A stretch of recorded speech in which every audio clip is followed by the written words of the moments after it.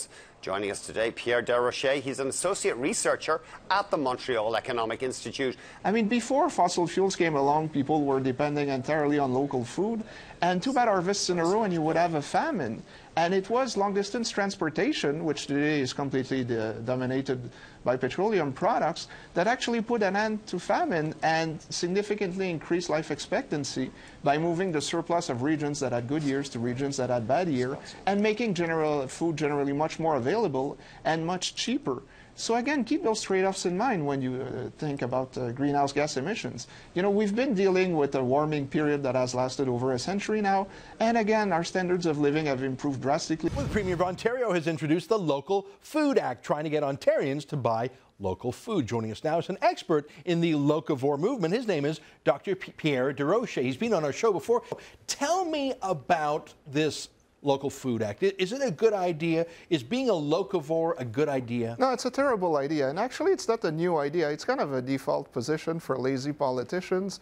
I mean, Mussolini was promoting locavorism. What do you mean? Why do you bring up Mussolini? That's a very extreme example. What did he do? Well, he promoted, one of the first things that he did when he took power was to declare a battle for grain. He wanted to liberate Italy from what he called the slavery of Canadian and American wheat imports. Did he really say that? He did really say that. Huh. He viewed international trade as a form of slavery.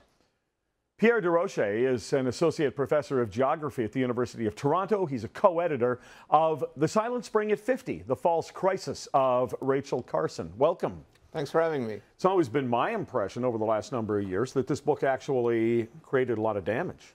Well, you're right, actually. And what is forgotten is that Carson put down a case against pesticides, but never really looked at their good side. In fact, it led to the eradication of DDT, and I think probably the death, especially perhaps in Africa, of untold hundreds of thousands of young kids. Oh, no, much more than that. I mean, the official numbers are between 10 and 50, so we can cut it in the middle. Let's say maybe between 20 and 30 million people might have died because of the roadblocks that were put in the terms of DDT use. Wow. And so that's a kind of situation where we've gotten along okay here. Yeah. So for people to continue to push this, it's almost like ecological imperialism. Well, it is, and that's the sad thing. Will you lend me your ear? Oh, it's local and eco-friendly because it didn't have to travel a gazillion miles to get here. By eating local, your food will always be green. Really cool, and the benefits seem logical. Local food must be greener because it doesn't travel as far. But Pierre Desrochers, author of The Locavore's Dilemma, says we have it all wrong. If the giant farm that may be far away is actually more environmentally efficient than my local farmer? Well, you know, small is beautiful, but bigger is often better. You can use input more efficiently. You can specialize. It's kind of difficult to run a tractor on the rooftop in New York City. So, you know, if you buy things in large volumes, if you invest in the type of crops that grow well in large quantities, then yeah, of course, bigger is better and better for the environment. Buying local saves local jobs. It saves inefficient local jobs. And the problem is that if you pay more for your food, then you have less money left to spend on other things. So if you keep inefficient farmers in business, let's say you pay twice as much for your food, then you have less money to go to the local movie theater, to buy other things.